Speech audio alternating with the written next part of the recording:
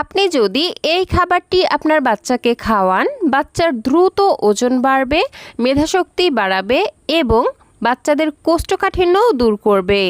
আসসালামু আলাইকুম দর্শক, নুরস মমের আরও একটি নতুন পর্বে আপনাদেরকে স্বাগতম। আমার আজকের পর্বে থাকছে 6 মাস থেকে 4 বছর বয়সী বাচ্চাদের জন্য খুবই পুষ্টিকর এবং মজাদার একটি খাবারের রেসিপি। এই খাবারটি তৈরি করে আপনারা বাচ্চাদেরকে সকালের নাস্তায় অথবা রাতের প্রধান খাবার হিসেবে খাওয়াতে পারবেন। তো পুষ্টিকর এই খাবারটি তৈরি করতে আমি প্রথমে নিয়ে নিচ্ছি 2 টেবিল চামচ পরিমাণ মসুরের ডাল। যেসব বাচ্চাদের গ্যাসের সমস্যা আছে বা অ্যালার্জির মতো সমস্যা আছে তারা এখানে মসুরের ডালের পরিবর্তে মুগ ডাল ব্যবহার করবেন। এখন এই ডালগুলোকে পানি দিয়ে খুব ভালোভাবে ধুয়ে নিব। আমি মোটামুটি 5 থেকে 6 বার পানি পাল্টে পাল্টে ডালগুলোকে ধুয়ে নিয়েছি। এবার এই ডালগুলোকে অল্প কিছুটা পানি দিয়ে ভিজিয়ে রেখে আমি সরাসরি চলে যাচ্ছি চুলায় একটি পরিষ্কার প্যান বসিয়ে নিয়েছি আর এই প্যানের মধ্যে দিয়ে দিচ্ছি বাচ্চার চাহিদা অনুযায়ী ওটস। আমি এখানে 2 টেবিল চামচ পরিমাণ রোলড ওটস ব্যবহার করছি। আপনারা বাচ্চাদেরকে যে ওটস খাওয়ান এখানে সেই ওটসই নিয়ে নেবেন। এখন চুলার আঁচ একদম লোতে রেখে ওটসগুলোকে মোটামুটি 2 মিনিটের মতো ভেজে নিব। এই তো মোটামুটি 2 মিনিটের মতো ভেজে নিয়েছি আর দেখতেই পাচ্ছেন ওটসগুলো কিন্তু অনেকটাই মচমচে হয়ে এসেছে। এখন হচ্ছে একটি শুকনো বাটির মধ্যে ওটসগুলোকে ট্রান্সফার করে নিচ্ছি আর একই প্যান চুলায় আবারও বসিয়ে দিচ্ছি। এবার এখানে দিয়ে দিচ্ছি 1 চা চামচ পরিমাণ এক্সট্রা ভার্জিন অলিভ অয়েল। আপনারা চাইলে এখানে অলিভ অয়েলের পরিবর্তে ঘি বা বাটারও ব্যবহার করতে পারেন। যাই হোক, এখন এখানে দিয়ে দিচ্ছি ছোট সাইজের একটি আলু কুচি এবং একটি মাঝারি সাইজের গাজরের অর্ধেকটা পরিমাণ আমি এইভাবে কুচি করে নিয়েছি। এখন এই আলু এবং গাজরগুলোকে একটু ভেজে নিচ্ছি যাতে করে এগুলোর গায়ের পানিটা একটু শুকিয়ে আসে। এই তো সবজিগুলোকে মোটামুটি 1 থেকে 2 মিনিট ভেজে নেওয়ার পর এর মধ্যে দিয়ে দিচ্ছি সামান্য একটু আদা রসুন পেস্ট, সামান্য 1 চিমটি হলুদের গুঁড়া আর সামান্য একটু লবণ। যারা হচ্ছে 1 বছরের কম বয়সী বাচ্চাদের জন্য এই খাবারটি রান্না করবেন তারা এখানে লবণ দিবেন না, কারণ 1 বছরের আগে বাচ্চাদের খাবারে লবণ না দেওয়াই ভালো। এই তো এখন সব কিছু আমি আরও কিছুক্ষণ ভেজে নেব যাতে করে মশলার কাঁচা গন্ধটা চলে যায়।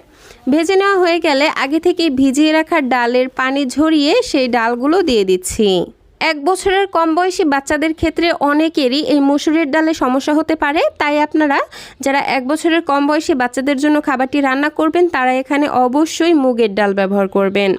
যাই হোক, আমি এখন হচ্ছে এগুলো সেদ্ধ হবার জন্য দিয়ে দিব পরিমাণ মতো বিশুদ্ধ খাবার পানি। এখানে এমন পরিমাণে পানি দিতে হবে যাতে করে এই সবজি এবং ডালগুলো সম্পূর্ণ পরিমাণে সেদ্ধ হতে পারে। আমার এখানে মোটামুটি 1.5 কাপের মতো পানি লেগেছে। যাই হোক, এখন হচ্ছে একটি ঢাকনা দিয়ে ঢেকে দিব আর এই সব কিছু খুব ভালোভাবে সেদ্ধ হয়ে আসা পর্যন্ত রান্না করে নিব। আর এই পর্যায়ে চুলার আঁচ মাঝারিতে রাখবো। এই তো আমার সব কিছু খুব ভালোভাবে সেদ্ধ হবার পর ফিরে আসলাম। এখন একটি স্প্যাচুলা দিয়ে একটু চেক করে দেখছি যে ভালোভাবে সেদ্ধ হয়েছে কিনা। হ্যাঁ, খুব ভালোভাবেই সেদ্ধ হয়ে গেছে। এখন হচ্ছে আমি এইরকম একটি ম্যাশারের সাহায্যে এই সবজিগুলোকে খুব ভালোভাবে ম্যাশ করে নেব। যাদের কাছে ম্যাশার নেই তারা চাইলে এই পর্যায়ে রেগুলার ডাল ঘুটনি দিয়েও খাবারটিকে খুব ভালোভাবে ঘুটে নিতে পারেন।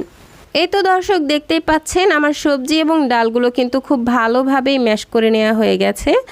আর এই ধরনের ম্যাশ করা খাবার আশা করছি যে 6 মাসের বাচ্চাদের খেতে কোনো ধরনেরই অসুবিধা হবে না। যাই হোক, এখন হচ্ছে আগে থেকেই ভেজে রাখা ওটসগুলো এর মধ্যে দিয়ে দিব। যদি মনে হয় যে এই পর্যায়ে খাবারটি ঘন হয়ে গেছে, পানি আরও লাগবে, তাহলে আপনারা পরিমাণ মতো আরও কিছুটা পানি এখানে অ্যাড করে দিয়ে ওটসগুলোকে রান্না করে নিতে পারেন। তো আমিও এখানে কিছুটা পরিমাণে পানি দিয়ে দিচ্ছি। এই তো এখন আর কিছুই না, শুধু নেড়ে চেড়ে এই ওটসগুলোকে রান্না করে নিতে হবে। আর ওটস রান্না করতে কিন্তু খুব বেশি একটা সময় লাগে না, মোটামুটি 3 থেকে 4 মিনিট রান্না করে নিলেই ওটস সেদ্ধ হয়ে যায়। প্রিয় দর্শক, পুষ্টিবিদেরা সবসময় বলে থাকেন একটি খাবারকে যখন কয়েকটি খাবারের সমন্বয়ে তৈরি করা হয় তখন সেই খাবারটি বাচ্চারা অল্প খেলেও কিন্তু বেশি পরিমাণে পুষ্টি পেয়ে যায় এবং তাদের শরীরে প্রয়োজনীয় পুষ্টির চাহিদাও পূরণ হয়ে যায়। আর বাচ্চাদেরকে প্রতিদিন একঘেয়েমি খাবার না খাইয়ে চেষ্টা করবেন ভিন্ন ভিন্ন খাবার খাওয়াতে। এতে করে বাচ্চারা ভিন্ন ভিন্ন খাবারের স্বাদ পাবে আর ভিন্ন ভিন্ন খাবার থেকে বাচ্চাদের শরীরে ভিন্ন ভিন্ন পুষ্টির চাহিদাও পূরণ হয়ে যাবে। যাই হোক, আমার খাবারটি কিন্তু অলমোস্ট রান্না হয়ে গেছে। আমি ঠিক এরকম ঘনত্বে রেখে এই খাবারটিকে চুলা থেকে নামিয়ে নিচ্ছি। আর এই তো তৈরি হয়ে গেল বাচ্চাদের জন্য খুবই পুষ্টিকর এবং মজাদার একটি খাবারের রেসিপি।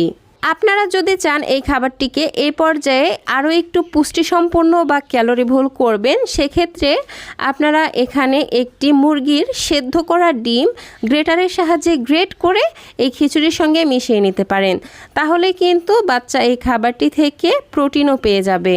তো যাই হোক দর্শক, এই ছিল আমার আজকের আয়োজন। ভিডিওটি ভালো লাগলে প্লিজ একটি লাইক দিবেন। আর আমার ভিডিওগুলো থেকে যদি আপনারা সামান্যতম উপকৃত হয়ে থাকেন তাহলে অবশ্যই ছোট্ট একটি কমেন্টের মাধ্যমে জানাতে একদমই ভুলবেন না। বাচ্চাদের জন্য এরকম আরও নিত্য নতুন সহজ এবং পুষ্টিকর খাবারের রেসিপি পেতে অবশ্যই আমার চ্যানেলটিকে সাবস্ক্রাইব করে বন্ধু হয়ে পাশেই থাকবেন। আজকের মতো বিদায় নিচ্ছি। আল্লাহ হাফেজ। আসসালামু আলাইকুম।